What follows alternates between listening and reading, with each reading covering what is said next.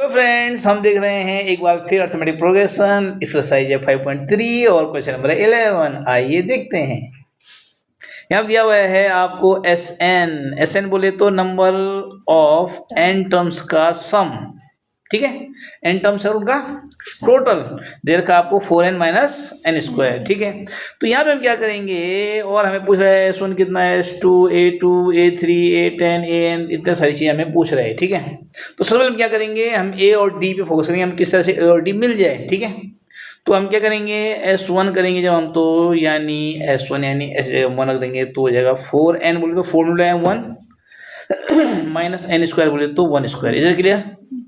इसको सॉल्व करेंगे, 4 1 जा 1 स्क्वायर कितना होता है 4 माइनस 1 इक्वल टू यानी A1 इक्वल टू ये फर्स्ट टर्म आ गया हमारा। S1 ही A1 है, S1 ही करेक्ट है। आप निकाला हमने S2 यानी 4 मल्टीप्लाई बाई 2 माइनस 2 स्क्वायर। इधर clear, 4 multiply 4 multiply minus N square बोले तो 2 स्क्वायर, 4 2 जा और 2 स्क्वायर बोले तो और 8 माइनस 4 इक्वल टू। अब S2 आपका क्या 4। अब आपका और आपका टोटल है 4, पहला वाला निकालोगे तो टोटल में से हम फर्स्ट टर्म घटा देंगे तो निकल जाएगा ना कि A2 कितना है, दोनों टोटल कितना है और पहला टर्म कितना है, तो सेकंड टर्म कितना जाएगा। बात समझ में आ गई। कोई भी कंडीशन है, हमें 2 का टोटल पता है और उनमें से एक पता है और हमें एक निकालना है, तो टोटल में से जो पता है वो घटा दो, दूसरा निकल जाता है। सिंपल बात है ना, तो सिंपल मैथमेटिक्स है ना।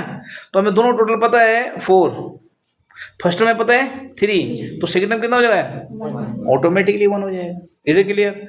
अब आपने यहाँ निकालना है D, क्योंकि सेकंड टर्म आपको पता है, फर्स्ट टाइम पता है, यानी 1 minus 3 is equal to -2। Is it clear. अब आपको A भी पता है और अब जो मर्जी पूछ लो, अब सारे चीजों के जवाब दे सकते हैं आप जो पूछ रहा है, क्योंकि आपके पास अब पता है D आपका -2 है और A आपका 3 है, ये फर्स्ट टर्म यही A है। Is it clear. तो यानी A3 equal to A plus 2D, A plus 2D, 2 2 जा -4, -4 plus minus minus. Is it clear, यानी -1। कोई दिक्कत। A10 बोले तो A प्लस 9, 9 2 जा -18, क्योंकि प्लस यहाँ पे तो -18 रहेगा और 3 माइनस 18 इक्वल टू और an nth term is equal to A plus n minus 1 into D। A plus n तो n ही है, n टर्म को n ही रहेगा है ना, माइनस D और -2 की करो इससे भी और इससे मल्टीपल, यानी -2 मल्टीप्लाई -2n और -2 -1 प्लस 2। Is clear.